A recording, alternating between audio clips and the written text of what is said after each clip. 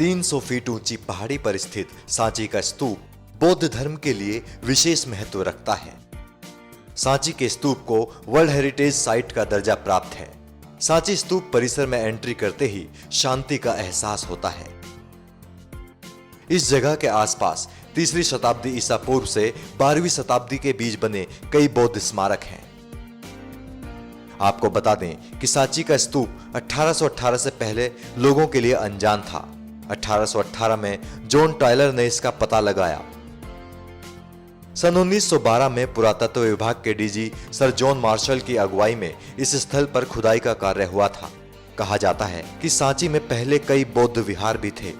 यहाँ एक सरोवर भी है जिसकी सीढ़ियां बौद्धकालीन मानी जाती हैं। सांची के पास सोनारी और भोजपुर में भी कई बौद्ध स्तूप हैं।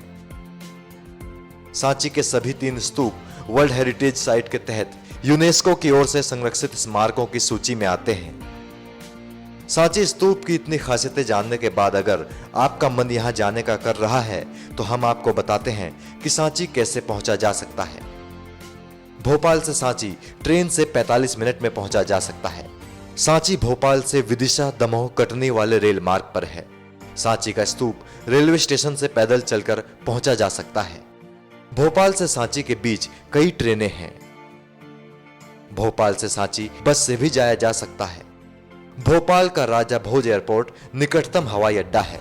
ठहरना हो तो भोपाल या फिर विदिशा में होटल लेकर ठहर सकते हैं। यहाँ आपको लग्जरी और इकोनॉमिक दोनों तरह के होटल मिल जाएंगे। वैसे सांची रायसेन जिले में पड़ता है, पर यह ऐतिहासिक नगरी विदिशा से 10 किलोमीटर की दूरी पर है। सुबह 8 बजे से लेकर शाम 5 बजे तक सांची का स्तूप खुला रहता है। प्रवेश के लिए टिकट लेना पड़ता है। भारतीय नागरिकों के लिए प्रवेश शुल्क 10 रुपए, जबकि विदेशी नागरिकों को 250 रुपए का टिकट लेना होगा। टिकट 2 घंटे के लिए ही वैध होगा। कहा जाता है कि यहाँ बड़े स्तूप में भगवान बुद्ध और छोटे स्तूपों में बुद्ध के शिष्यों की उपयोग की हुई वस्तुएं रखी हैं। सबसे बड़े स्तूप को महास्तूप कहा जाता है। इसे 3री शताब्दी ईस्वी पूर्व में सम्राट अशोक ने बनवाया था।